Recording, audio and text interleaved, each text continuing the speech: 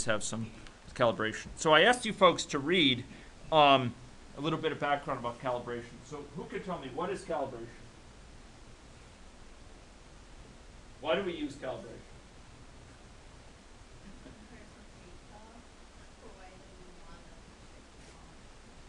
Good, good. So that's a lot of it. Why can't we just put that data into the model? Why can't we build that data so that it is the model so it assumes that data just by putting it in there? Yeah, why can't we just parameterize the model with that data?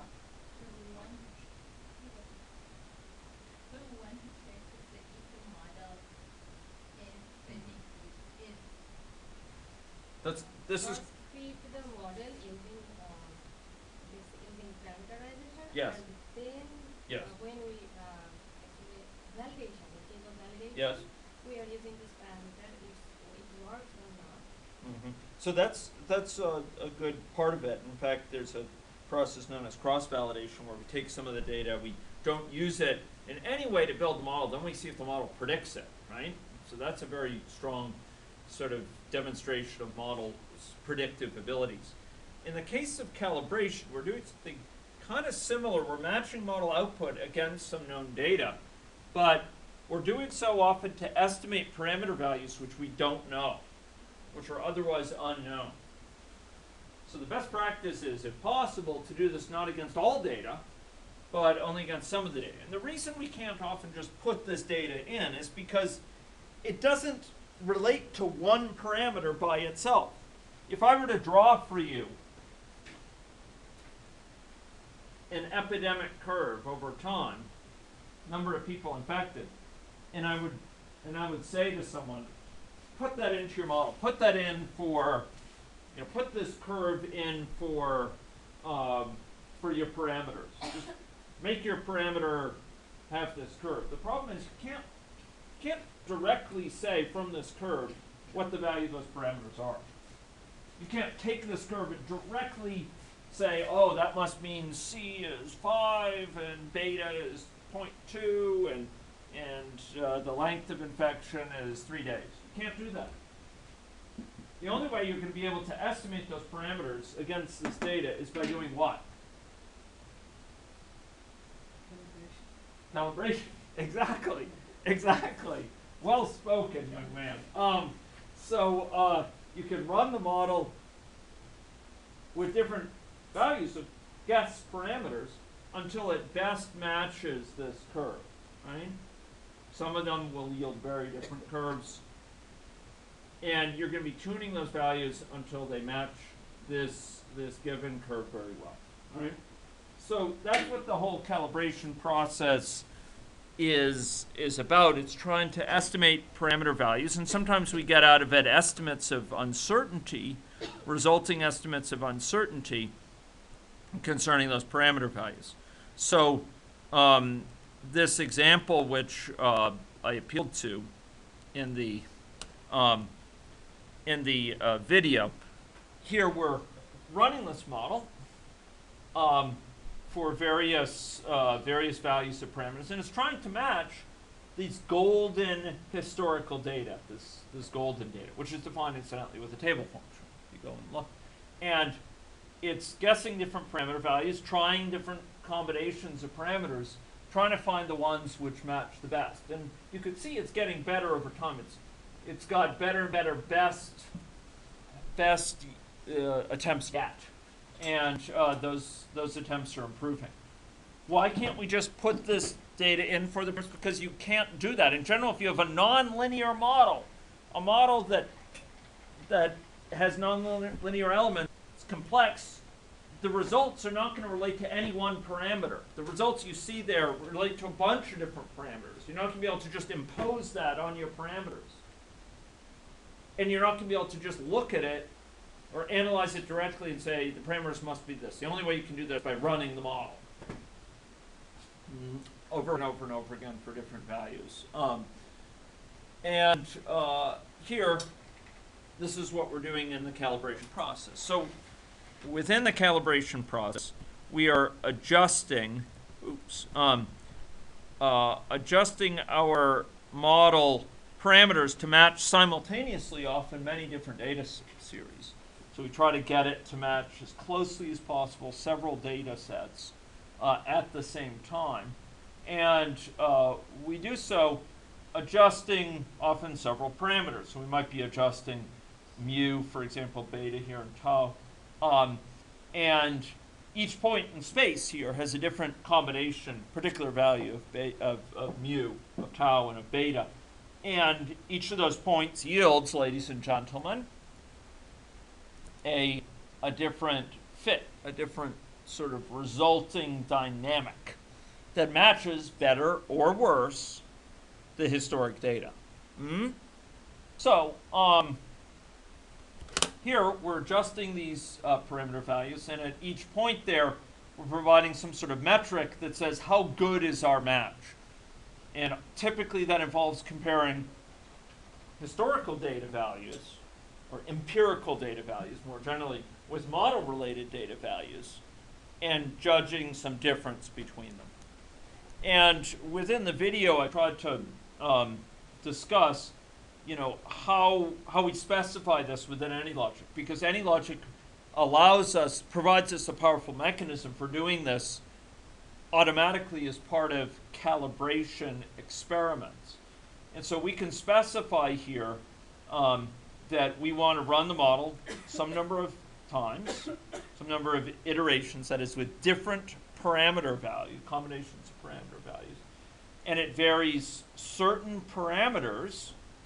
That, ladies and gentlemen, relates to this cube we just saw. These are the parameters being varied. And in so varying, it's matching according to some metric, according to some metrics of how good the match is or how bad the match is, how big a discrepancy there is between these things. That's determined by this function here. And this difference function is the difference between what, ladies and gentlemen? In this case, it's a difference between two what? Exactly, historic and model, and these are stored in what? What does the DS stand for? Data set. Good. Excellent. These are two data sets. Okay. And you can see this difference function is one that happens to be built in, and it compares data sets. Okay. You can look it up at AnyLogic's help you. Okay. We can also specify custom difference functions that are our own functions if we want to calibrate them there, or if we want to calibrate according to that. We can set the historic data, for example, using a table function, and look up values. And then there's a set of processes we go through. I think this is explained in the video. I don't think I need to go over it here. Are there any questions that people want to have answered about that based on what you saw in the video? Okay. And I go through and sort of describe what each of these pieces does, and then I also, in these slides, which I'll post, I further provide a bit of information about where these values up here come from. AnyLogic is using an optimization engine called the OptQuest optimization package, and it turns out that that to get the value of variables out of this, the sort of current best value, etc., you actually can call get best param val and give it a special name for the associated with the parameter rate named within OptQuest.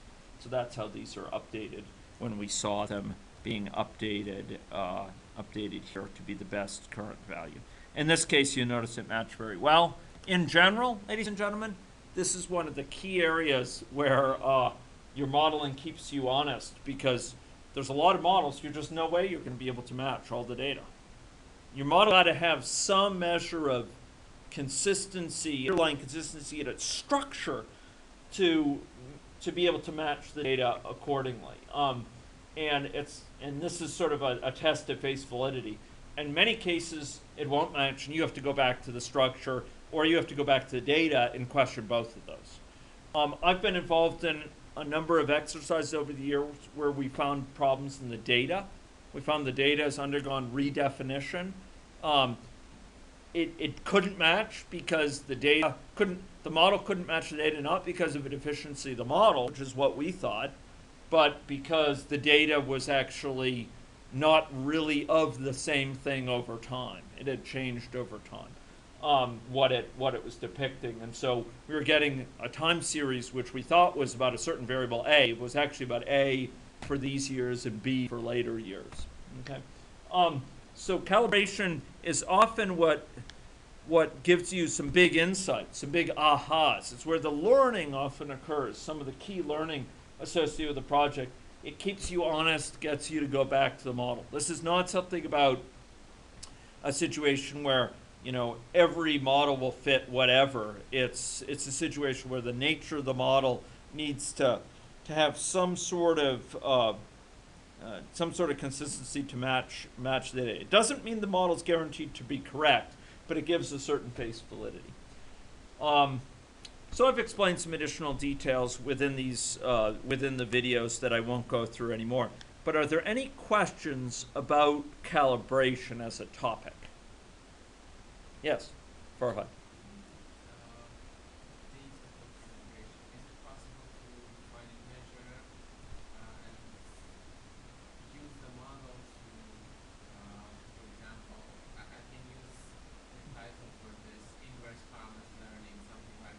Yeah. To learn the parameters in a way that the model works Yeah. better, Yes, we can. So we could use it for what's sometimes called policy optimization, or basically it's an optimization exercise rather than, we're not trying to match data per se, we're trying to somehow improve the behavior of the model to behave in ways that are more desirable, like to reach its goals more quickly or to yield more desirable outputs. And that would be another instance of an optimization, and you could undertake that with the same machinery. It's just you wouldn't be your measure of goodness of a result, or in this case the badness of a result, would be something different. It would be how much infection was there, you know, cumulative infections across the entire run of the model or what have you, and that would be your criteria of goodness or badness, right? In this case, it's badness, so you know, it'd be appropriate, and it would run the model again and again, find the best output for that. Does that make sense? Okay, good. So, any final questions about that? Okay. from where you get the download after beside object. Besides The arrow. this guy, Beside objective. After iteration. after iteration, And please go on. After the run calibration button. Below the run calibration button. up here. Yeah. There's a yeah. How do you get this feature? How do you get the arrow? That's a fine question, and one that I'm not sure I can answer off the top of my head, but I could conjecture. First of all, is it anything here? No, it's not. It's not something here. We could do it out of a polyline.